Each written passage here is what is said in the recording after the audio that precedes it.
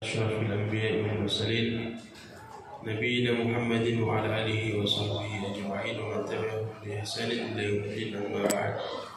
Alhamdulillah, hadirin Bapak Ibu jemaah subuh, jemaah kopi ngaji yang dirahmati Allah Subhanahu wa taala. Bersyukur kepada Allah dengan ucapan alhamdulillah, berselawat kepada Rasulullah dengan ucapan Allahumma shalli ala Muhammad wa ala ali Muhammad. Alhamdulillah, kita semua memuji berterima kasih kepada Allah Subhanahu wa taala atas nikmat sehat dan sempat, sehingga pada kesempatan Jumat ini, kesempatan subuh Jumat ini, kita masih bisa hadir melaksanakan salah satu ibadah yang mulia. Mudah-mudahan kita semua termasuk orang-orang yang Allah masuk dalam golongan yang dimuliakan sampai akhirat. Bapak Ibu jamaah kopi ngaji yang dirahmati Allah Subhanahu wa taala, seperti biasa kesempatan Jumat ini pertanyaan-pertanyaan yang sudah masuk, oleh itu kepada Pak Kiai dipersilakan. Bismillahirrahmanirrahim. Rabbi shrah li sadri wa yassir li amri wahlul 'uqdatam min lisani. Assalamualaikum warahmatullahi wabarakatuh.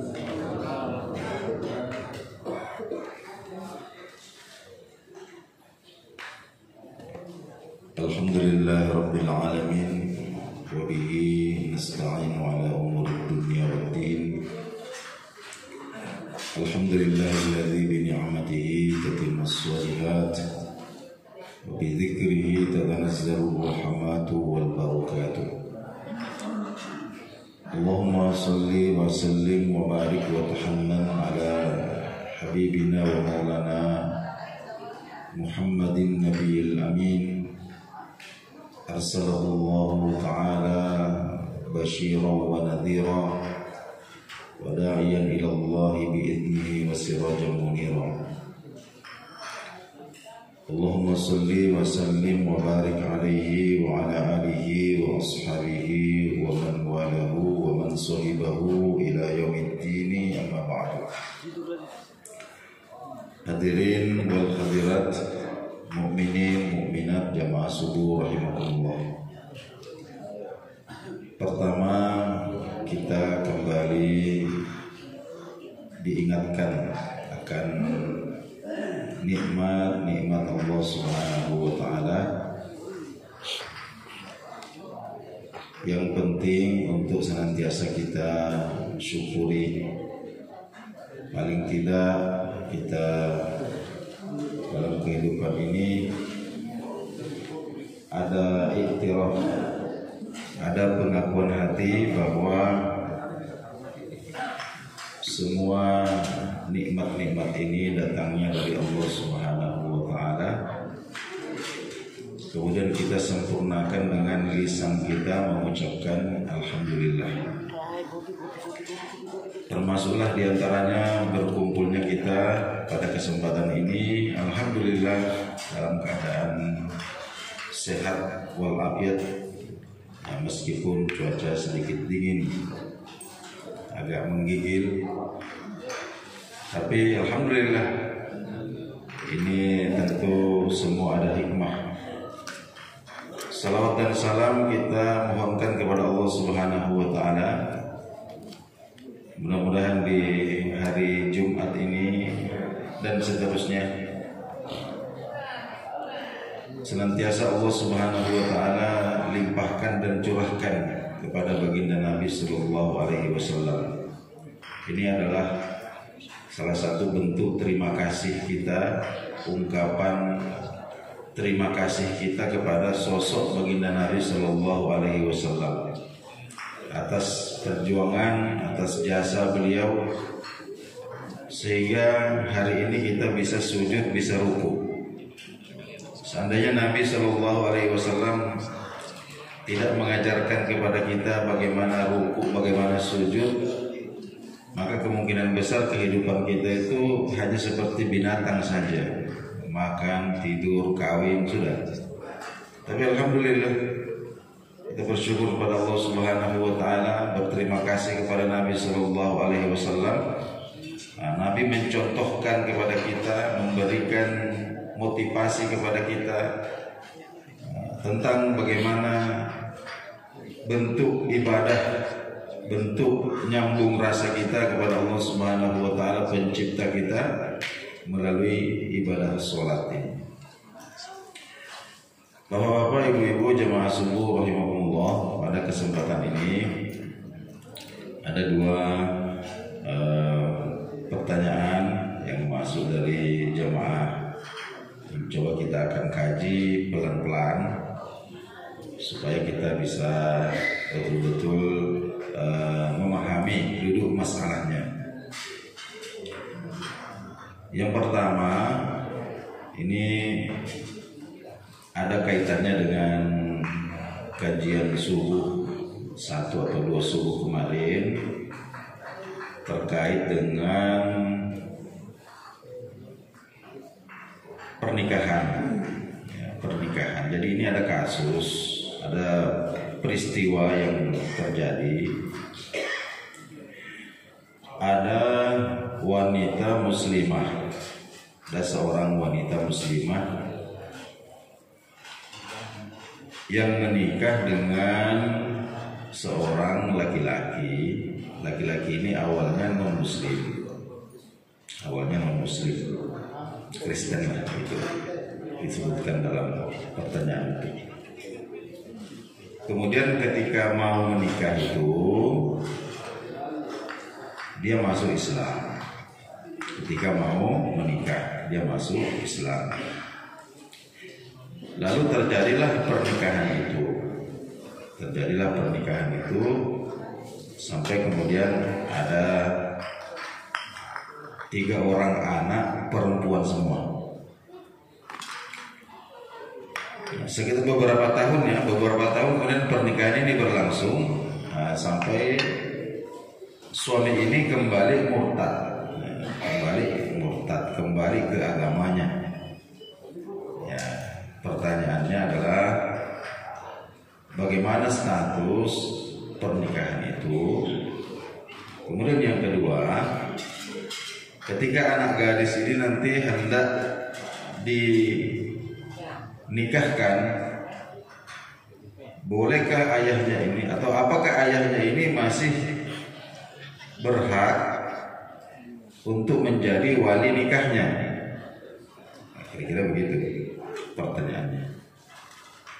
Jadi bagaimana status pernikahan ketika suami ini murtad, kembali ke keyakinannya yang pertama itu. Kemudian yang kedua, ketika anak gadisnya ini nanti hendak menikah, apakah absah jika bapaknya yang murtad ini menjadi walinya? Nah, itu. Jadi yang pertama, bahwa bapak ibu, ini mungkin lebih penting daripada jawaban daripada pertanyaan itu untuk kita ingat bersama bahwa kalau sekedar keabsahan pernikahan, ya tadi ini kan awalnya non muslim, kemudian nanti ketika mau menikah baru masuk Islam. Jadi sebenarnya ini motif keislamannya ini mesti dipertimbangkan, ya terutama oleh wali perempuan ini. Walinya ini sebenarnya yang perlu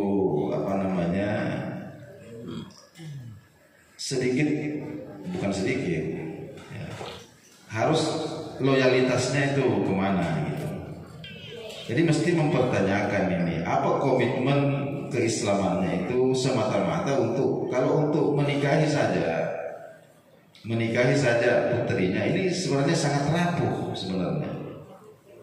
Ini terjadilah seperti itu tadi gitu. Komitmennya itu sangat rapuh. Jadi kalau sekedar sah, ya sudah sah pernikahannya itu. Akan tetapi kalau kita berbicara tentang visi keimanan, ya, yang mesti ada di dalam jiwa seorang muslim itu, ya, bahwa apa-apa itu mesti kita lihat dari kacamata keimanan begitu. Makanya kan dalam Al-Quran itu Allah Subhanahu wa taala sebutkan wala tunkihul musyrikina. Jadi jangan nikahkan anak-anak perempuanmu itu dengan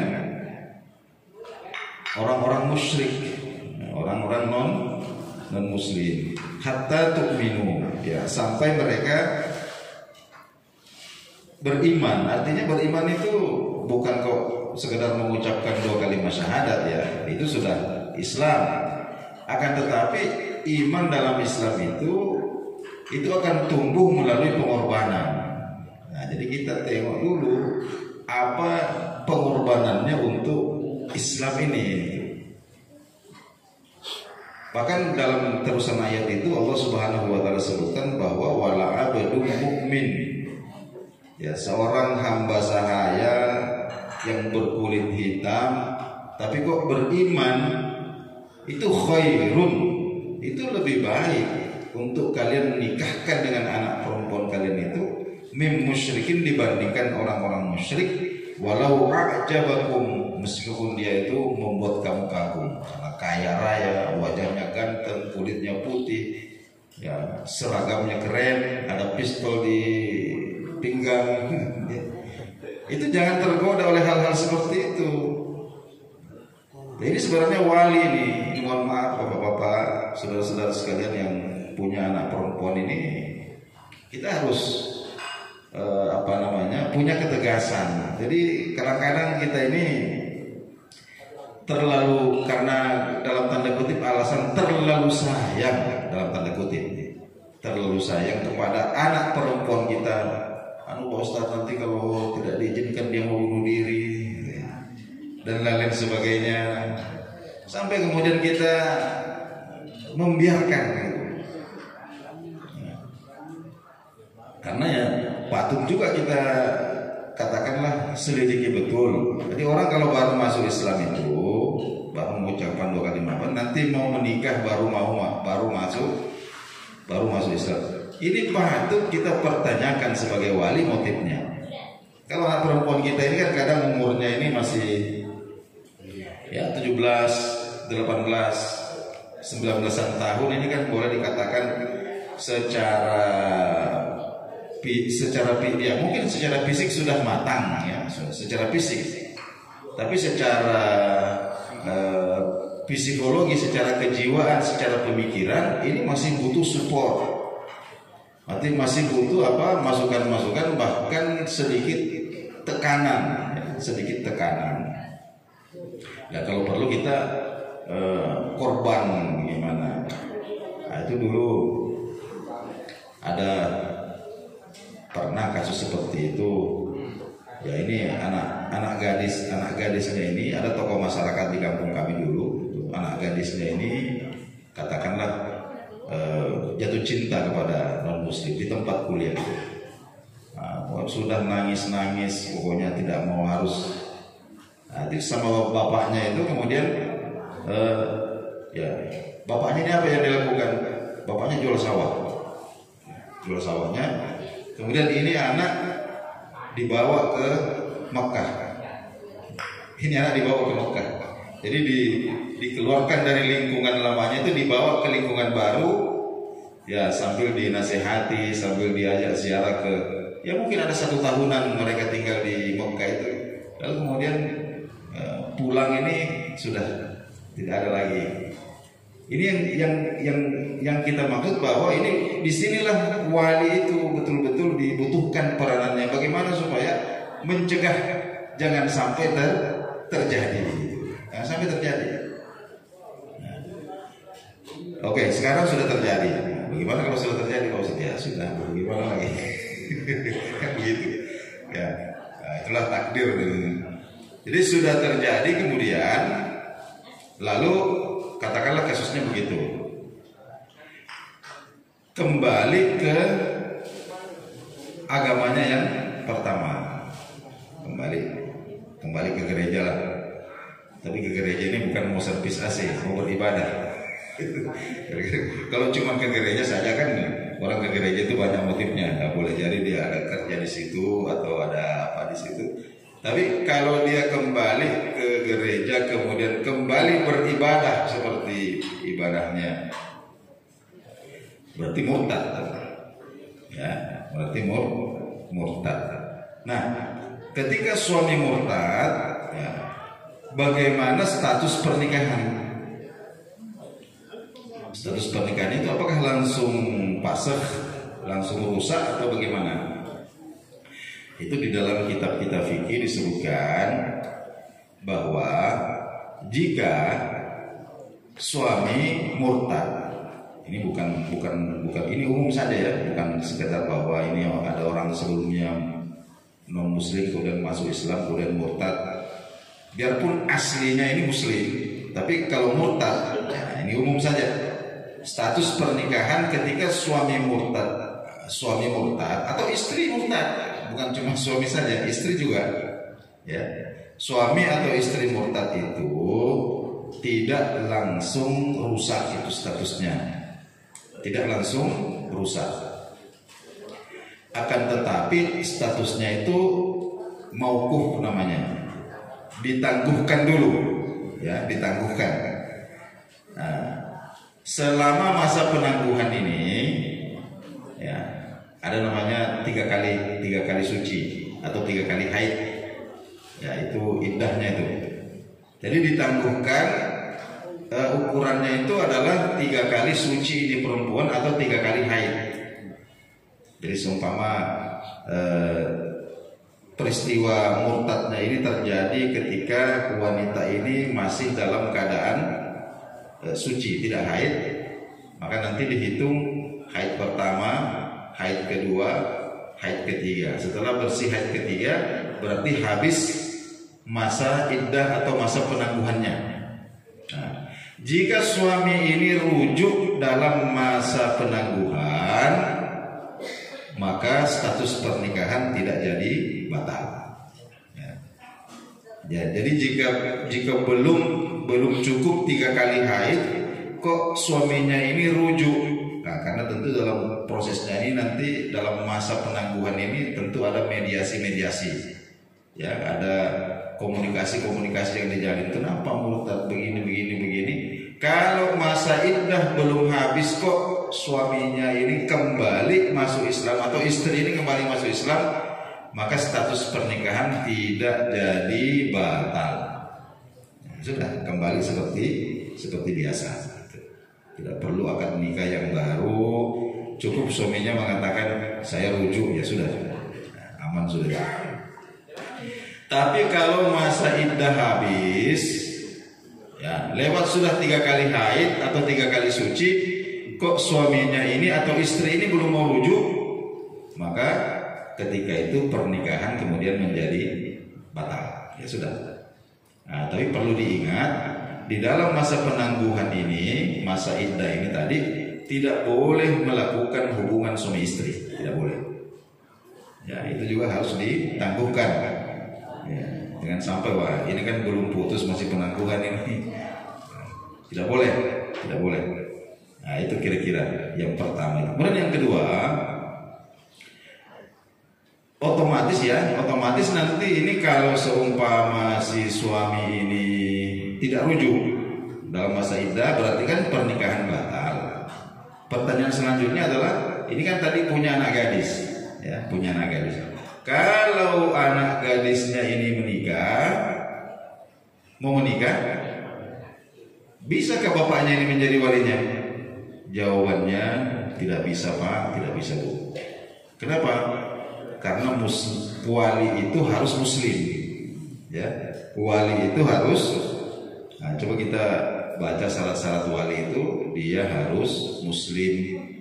Nah, karena bapaknya ini sudah murtad, ya sudah tidak boleh, maka putus. Ya, putus nasab dengan, ya itu hanya kemudian menjadi ayah biologis saja, tapi secara nasab itu sudah putus dengan anak perempuannya ini.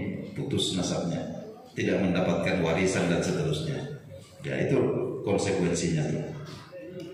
Jadi bagaimana solusinya? Ya, nanti perwalian itu dipindahkan kepada wali nasab yang lain, ya. Kalau ada yang muslim, wali nasab yang lain, apakah kakeknya atau pamannya. Kalau wali nasab tidak ada, ya nanti datang ke kantor KUA, ya ajukan permohonan untuk mendapatkan wali hakim. Ya nanti kantor KUA yang secara administrasi itu nanti ngurus ke pengadilan agama. Ya nanti kan wali hakimnya itu dari kantor keurusan agama atau dari pengadilan agama, itu seperti itu mungkin prakteknya nanti. Akan tetapi ya sedikit mungkin kita ingatkan juga, ya, seumpama terjadi kok suami murtad kemudian istri ya tidak ikut, ya alhamdulillah bersyukur kepada Allah Subhanahu wa taala karena masih diselamatkan imannya. Nah, demikian juga dengan anak-anak ini. Ini di saat-saat seperti ini, kalau kita punya keluarga yang mengalami hal seperti itu, di sini perlu kita support. Nah, wajib kita support karena ini adalah masa-masa paling rapuh lah, apalagi seorang perempuan, apalagi tidak ada pekerjaan. Ada tanggungan anak 3 umpama ya.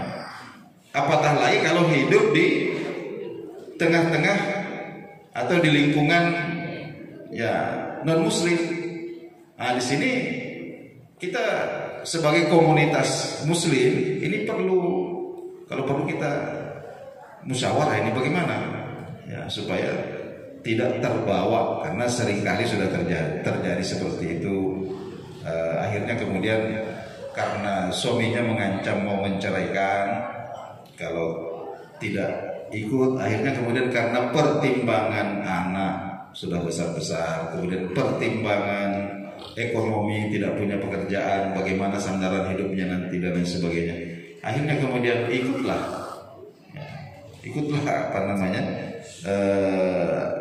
istri ini dan sekalian anak-anaknya. Nah, ini perlu untuk kita perhatikan bersama hal-hal seperti ini. Itu mungkin yang pertama. Kemudian yang kedua, pertanyaan yang kedua, ini ada fenomena yang terjadi di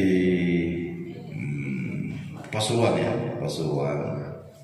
ada makam yang dirusak.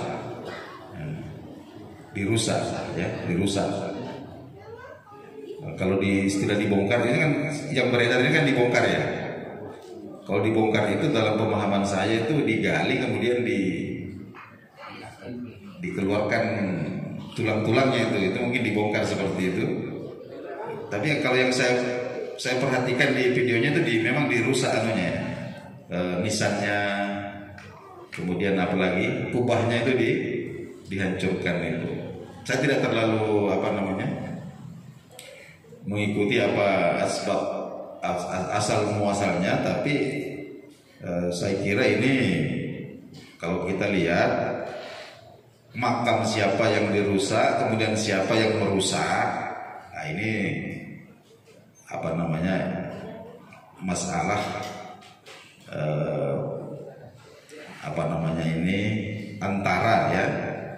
antara para habaib dengan orang-orang yang pendukung istilahnya ini pembatal nasab itu namanya begitu ya. Saya kira ini persoalan ini ada yang ada dirjennya lah ya, ada yang mengatur, ada yang karena ini sebenarnya sangat disayangkan ya, sebagai sesama muslim ini tidak boleh kita dengan alasan jangankan makamnya orang muslim, makam non muslim itu haram kita lecehkan, haram kita dengan alasan apapun, tidak boleh. Jangankan dihancurkan nisannya seperti itu, dipalu-palui seperti itu, disandari saja itu kuburan itu tidak boleh. Kita sandari itu tidak boleh. Apalagi duduk di atasnya, apatah lagi berdiri di atasnya. Nah, ini yang perlu kita perhatikan, Bapak-bapak, saudara-saudara, ketika kita mengantarkan jenazah saudara kita ke kuburan, ketika kita masuk di area perkuburan, maka perhatikanlah di mana pantat kita didudukkan, di mana kaki kita diinjakkan. Ya, jangan sampai itu adalah masih area pekuburan daripada saudara-saudara kita. Nah, karena menyakiti orang yang sudah meninggal itu sama hukumnya dengan menyakitinya ketika dia masih hidup. Tidak ada bedanya. Ya, jadi itu hukumnya haram. Dan ini juga termasuk tindakan pidana sebenarnya. Itu ada apa namanya? Ada kuhabnya, itu ada pasalnya. Nah, saya lupa pasal berapa, 100. Ada orang kejaksaan di sini kan? Pasal berapa? Pasari. 179 kalau saya tidak salah itu, atau 17 berapa itu ada pidananya itu 1 tahun 4 bulan. Jadi siapa yang dengan sengaja melecehkan itu, ya contohnya mengencingi umpamanya, itu contoh itu melecehkan, atau menjadikan kuburan itu sebagai tempat sampah, itu namanya melecehkan. Apatah lagi kalau sampai meratakan dengan tanah di apa namanya, di itu live lagi itu, kalau saya tidak salah itu live streaming gitu. Wah, ini innalillahi wa inna ilaihi raji'un. Ini merusak kuburan orang itu malah live streaming. Ini betul-betul ngajak perang ini kalau begini ceritanya ini. Cobalah kalau umpama dibalik, kalau kuburan nenek moyangnya yang merusak kuburan orang ini dirusak, itu bagaimana perasaannya tuh? Nah, jadi kita ini sebagai seorang muslim, meskipun berbeda pendapat, kita ini bersaudara. Kita bersaudara. Kita mungkin boleh berbeda pendapat ya dalam manhaj, dalam metode, ya, akan tetapi sungguh tidak beretika sama sekali. Ini sudah kurang ajar sekali kalau sampai kita merusak makam, apalagi sesama muslim dengan cara di live-kan lagi. Ini betul-betul perlu ketegasan aparat, saya kira. Itu yang paling penting. Masalah alasannya apapun itu sudah pelanggaran ya. Nah, itu ada pidananya, kalau saya tidak salah 1 tahun 4 bulan ya. Mungkin seperti itu. Jadi merusak makom itu hukumnya haram ya, hukumnya haram.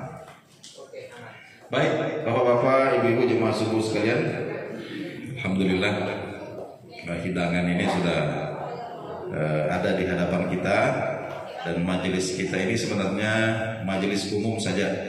Jadi jika ada di antara bapak-bapak, ibu-ibu yang ingin berkontribusi ya untuk menu, apakah kopinya, apakah lauknya, kerupukah, ada peye atau bagaimana, itu terbuka saja ya, terbuka. Silakan berhubungan dengan ibu-ibu. Ibu-ibu ini yang paling ngerti bagaimana ngaturnya ini. Nah, mungkin dari saya cukup sekian, lebih dan kurang mohon dimaafkan. Wassalamualaikum warahmatullahi wabarakatuh.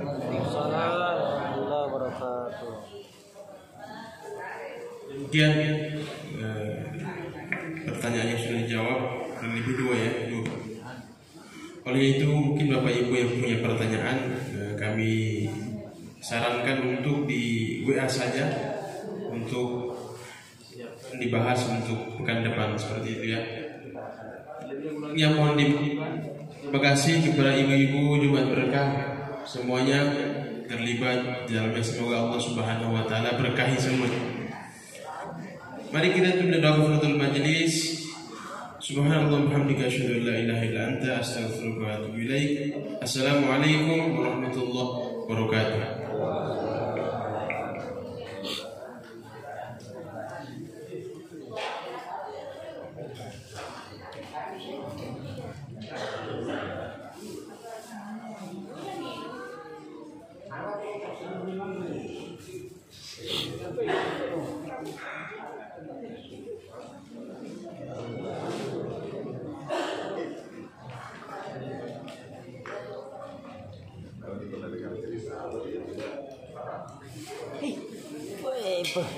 buka pintu gerbang sekolah kan?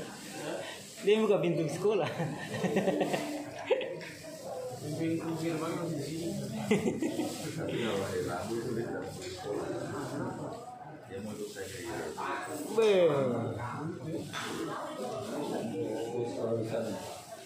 Jadi mau ikut kalau hari Rabu dia mau ikut. Sudah tidak ada nih. Saya izinkan dulu. Dia mau ikut. Saya curiga tanda-tanda nih SD di sana.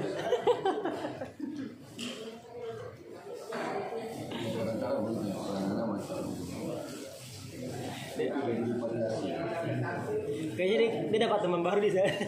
Iya. Jadi kan anak-anak SMP itu baik-baik sama kasih gelang. Wah, kayaknya SD di sana saja. Soalnya tiap hari sana bisa bilang satu kali. Jadi kan cara sekolah.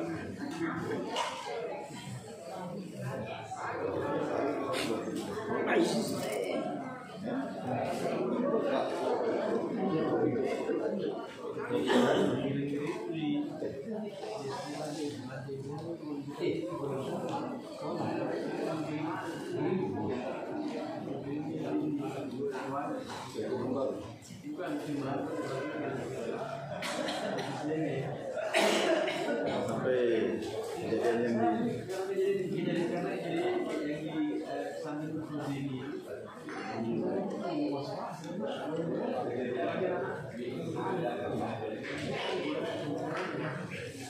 kalau yang begini nampaknya mereka percaya diri karena membaca ilmuwan itu dari orang sebetulnya rangkai yang kecil dan bersifat tapi paling membangun kalau banyak juga memang dari di atasnya lantai 4 lagi menambah cor-coran ya tidak kuat. jadi pagi itu ngecor atas tuh. Paginya ngecor, asal di lampu. Bukan lagi misalnya mungkin apa? Dia pakai seng. Ngecor pagi itu dia ngecor selesai jam 12. Asar, dia pagi sholat asar. tambah beban kau sama apa yang itulah semakin orang Ya. yang meninggal kalau keluar yang namanya pondok pesantren itu mereka mulai banyak udah bangun itu mempertimbangkan sisi ini yang bangun hancur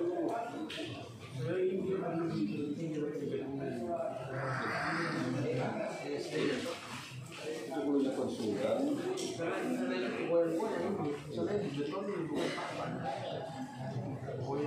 lewat yang tengah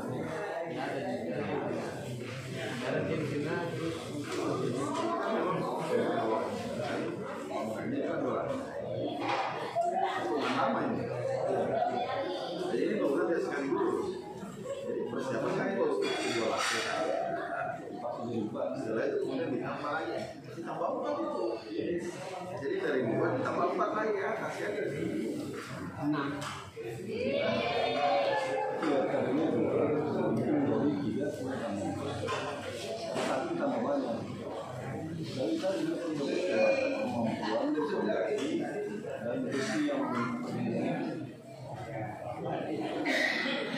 jadi dalam langsung negara terutama yang baik dalam ini dapatnya ya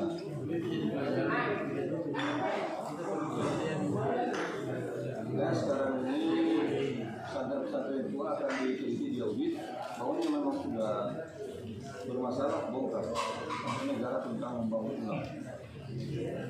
Tapi yang dia lakukan ini APBN.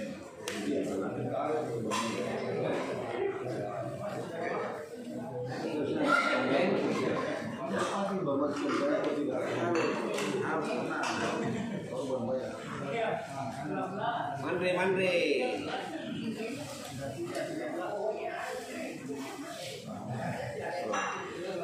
Ada kan?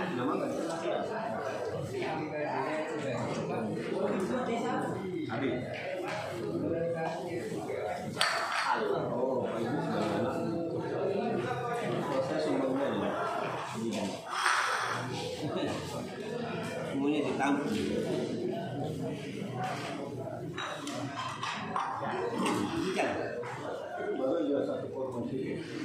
Mau ke sini dulu, malam.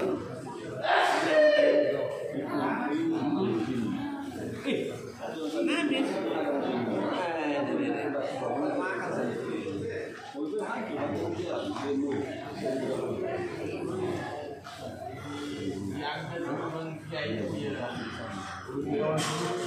Iya, kayak raya. Gagasan kayaknya sini dengan fondasi yang